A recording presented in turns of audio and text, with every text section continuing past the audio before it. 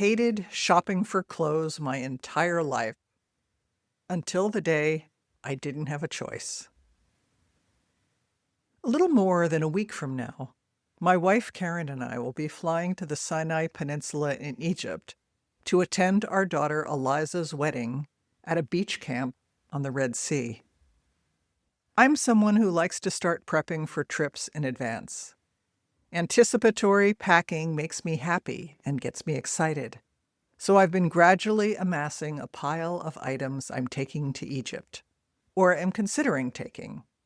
Light-colored linen clothing, hiking sandals, a small backpacking towel, a 40-year-old prescription mask I use for snorkeling, a folding sun hat that could lay flat in a suitcase, a jar of electrolytes to help me cope with temperatures in the 90s, 2 kinds of fiber supplements to prevent another diverticulitis flare, prophylactic antibiotics, and a few tablets of Imodium just in case. At this stage of life, my suitcase holds more health-related necessities than articles of clothing. A third small collapsible bag is slowly filling with myriad items Eliza asked us to bring. A bottle of pure vanilla extract, her new international driver's license, batteries for her camera, glow sticks and henna for the wedding, and some unidentifiable packages that will be a surprise. But what should I wear to the wedding? A month ago, when we were in Boston visiting our son and daughter-in-law, Karen and I spent an afternoon at a friend's clothing shop. She runs a huge discount warehouse filled with designer clothes. Clothes shopping is something I avoid, but I needed something to wear to Eliza's wedding. After digging through the racks, I found a great mother-of-the-bride dress with a subtle purple and green print, ideal for a beach wedding. I slipped it over my head, and in my much slimmer post-cancer, post-diverticulitis body, it fit and looked great. Well, except for one thing. Under the dress, I was wearing a funky, stretched-out, super soft sports bra over my painful, bright red, recently radiated left breast.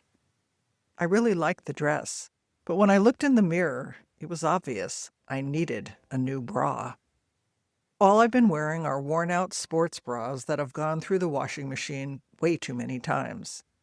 My chest definitely needed a lift for my new, swishy dress to reach its full potential. But anything with an underwire was definitely out. My left breast was just too inflamed.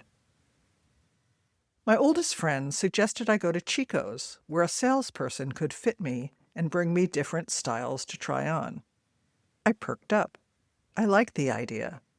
I hate shopping for bras, and pretty much anything other than hiking clothes, which is why my bras are so ratty and old. A personal shopper might just do the trick. It wouldn't be the first time I'd used one. The first and only time I'd used a personal shopper before was in the lead-up to my book tour to promote I Thought We'd Never Speak Again, The Road from Estrangement to Reconciliation. The year was 2003, back when publishers still paid for multiple city book tours for authors of evergreen, B-list titles like mine. HarperCollins was sending me out on tour, and I desperately needed to upgrade my wardrobe. To understand why, you need to know how I usually dress. Ever since I was a teenager, I've pretty much had a daily uniform, jeans or goddess-wear pants with a t-shirt or a long-sleeve shirt. If it's cool out, I throw on a cotton sweatshirt, usually black with my own Writer's Journey logo on the back. And if it's really cold, I don a down coat and Ugg boots. I favor comfort and ease. Clearly, my daily wardrobe did not include items appropriate for a national book tour. As the launch of I Thought We'd Never Speak Again approached, the one thing I was anxious about was not what I was going to say, but rather what I was going to wear. I ended up hiring a woman whose business name was the Shopping Sherpa to help me buy an appropriate wardrobe for my book tour. She lived in Atherton, an extremely wealthy area an hour north of where I live. I don't recall how I found her. This was way before Google and AI, so it must have been a personal referral. When I arrived at her home for our initial meeting, wearing an old faded pair of jeans, the shopping Sherpa greeted me at the door dressed entirely in beige, so that her neutral color palette wouldn't compete with what I was wearing. Her usual clients were the kind of women who expect to command the full spotlight. She dressed people like mayors and celebrities. I was wildly out of my league. Clearly, I would never become a regular. This was a one-time stretch, a very, very, very long stretch.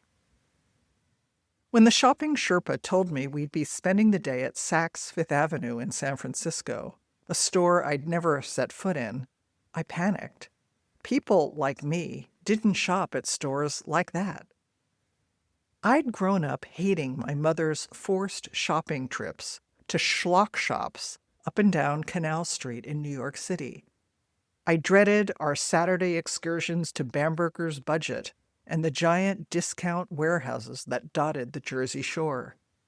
Each August, having outgrown last year's clothes, I sulked and scowled as my mother pawed through piles of seconds and racks crammed with dated fashions to choose my clothes for the new school year.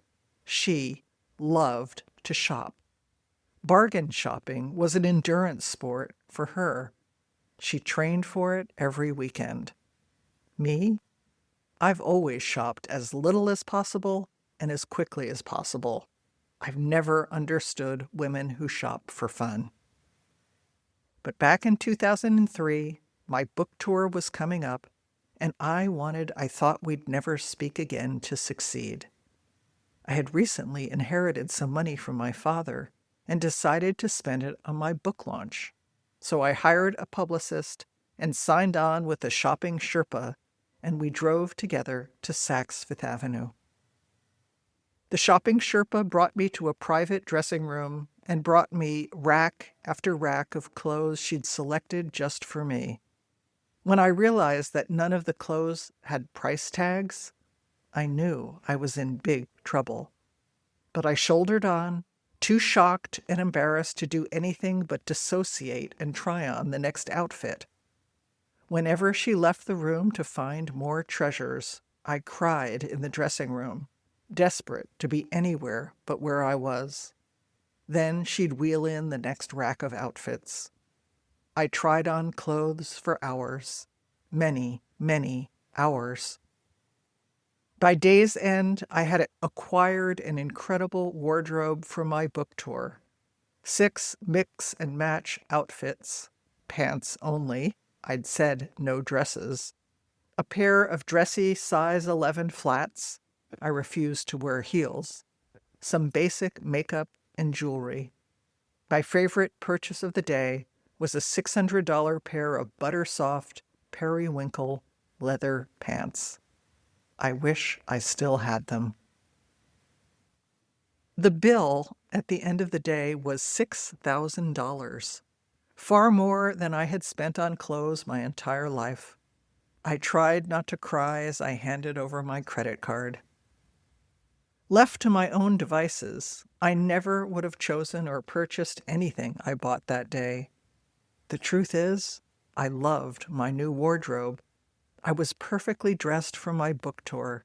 I felt powerful and confident in those clothes. They suited me. I didn't look like I was playing dress-up. I didn't feel like an imposter. And if you go on Substack and look at the original post, you'll see some of the images of me wearing these clothes. The shopping Sherpa had done a magnificent job. I was the blank palette, and she was the master. Despite my tears in the dressing room, I returned home triumphant, with all the clothes I needed and a fabulous story to tell. So last week, When my friend suggested I try a personal shopper at Chico's to find my wedding bra, I thought, why not? Chico's is an hour north of my house. I went online and made an appointment for Wednesday afternoon at 2 p.m. between my morning writing class and the oncology follow-up appointment at Stanford, 45 minutes further up the highway. When I arrived at the designated time, the saleswoman informed me that I was in the wrong place. They do not sell bras at Chico's. If I wanted lingerie, I needed to go to their sister store, Soma. She consulted her handheld device and informed me that the two closest Somas were an hour and a half away in completely opposite directions. Not a detour I could fit in before my 5 p.m. oncology appointment. Well, there is a Victoria's Secret across the street, the saleswoman said reluctantly. I had 2 hours to buy this bra, and I was determined to do it now. So that's where I headed. I'd only been in Victoria's Secret once before, accompanying my teenage daughter, the same daughter who now, 15 years later, was getting married in Egypt. I've always considered Victoria's Secret a shop for young women, not someone like me, a 69-year-old woman with a painful radiated breast just coming off cancer treatment. I'd never considered shopping there myself. But now I was a woman with a mission. I needed that bra. When I reached the store, no one was on the floor helping customers, so I waited my turn at the counter. 2 very young women with lots of makeup were ringing up people's purchases. I approached one of them, lowered my voice, and said, "I just had radiation for breast cancer, and my breast is very tender. I need help choosing a bra for my daughter's wedding." Several people behind me in line leaned in, eavesdropping. "Oh, sure," the young woman behind the counter said. "I could help you." And with that, she closed up the register, grabbed a lanyard with keys, and motioned me to follow her. She asked, "Is it okay if I measure you?" "Yes," I said. "That's why I'm here." In the middle of the busy store, she reached around behind my back with a tape measure. "You're a 34B, she said. I couldn't believe it. I've never been a 34B. That was my mother's bra size. But never mind. I was flat-chested until I was 15, when my breasts ballooned from flat to triple D over the course of one horrible summer. I hunched over, wearing baggy shirts to hide my chest. My mother's response to my chagrin was a forced mother-daughter excursion to the Asbury Park Bra and Girdle Factory. The matron who fitted me for my first bra had a mustache, a thick Eastern European accent, and heavy black lace-up shoes. As she clinically assessed my breasts, she manhandled them, then left me bare-chested in the dressing room with the curtain wide open. A minute later, she returned with a thin white box, opened it, then strapped me into a huge 38 triple D corset bra combination. It had 24 hooks and eyes that ran from my shoulder blades to my waist. Apparently, I required a harness. 25 years later, when I nursed Eliza, my right breast got so huge it looked like a watermelon. And again, if you go to see the story on Substack, you could see a picture. How could I possibly be a 34B? I mean, it's true, I had opted to get my breast reduced during my first lumpectomy, so it would be easier for me to find a lump should one occur. I had the surgery when I was 51, and I loved having smaller breasts. Why hadn't I done this before? In the 18 years following that first cancer diagnosis, I gained weight and my breasts grew too, but they never regained their original abundance. Now, this year, I've lost 30 pounds to diverticulitis. There is definitely less of me than there used to be. But a 34B? Really?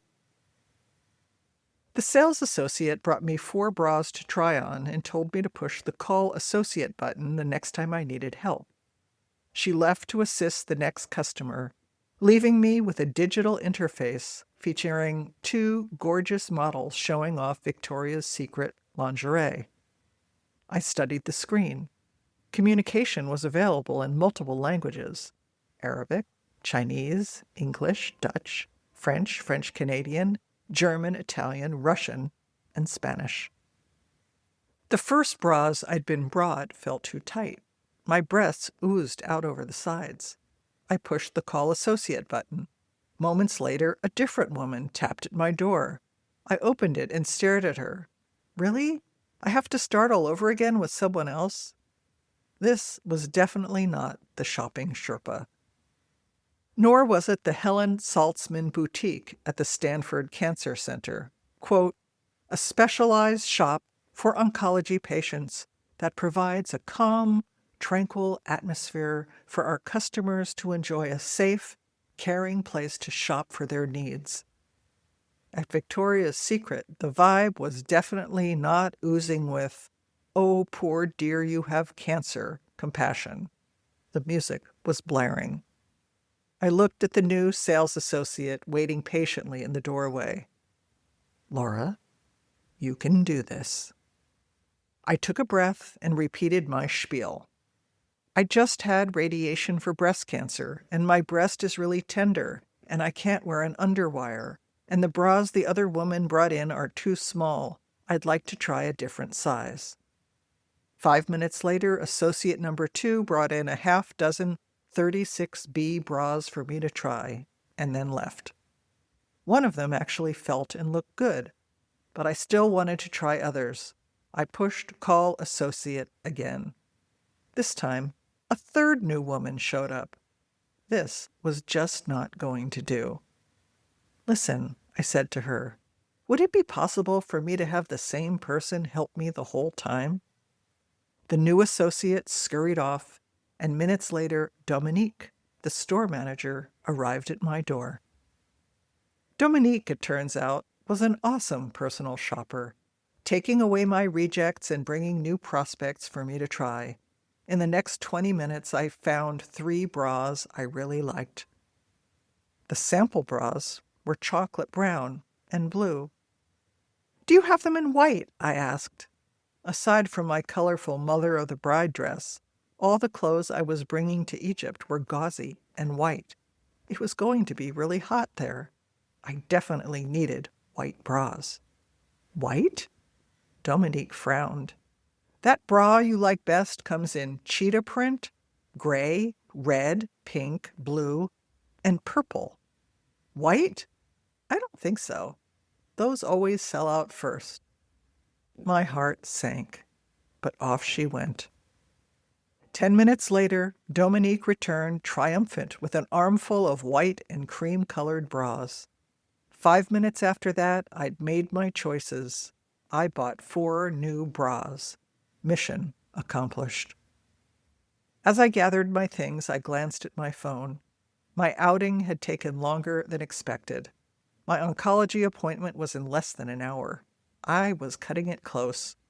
But there was just one more thing I needed. I pressed Call Associate one last time. "Hey, Dominique," I asked, "can you take a picture of me?" And she did. And if you go to Substack, you could see that image too. And remember, every time you click the heart, leave a comment, or share a post, you're making it easier for new readers to discover the writer's journey.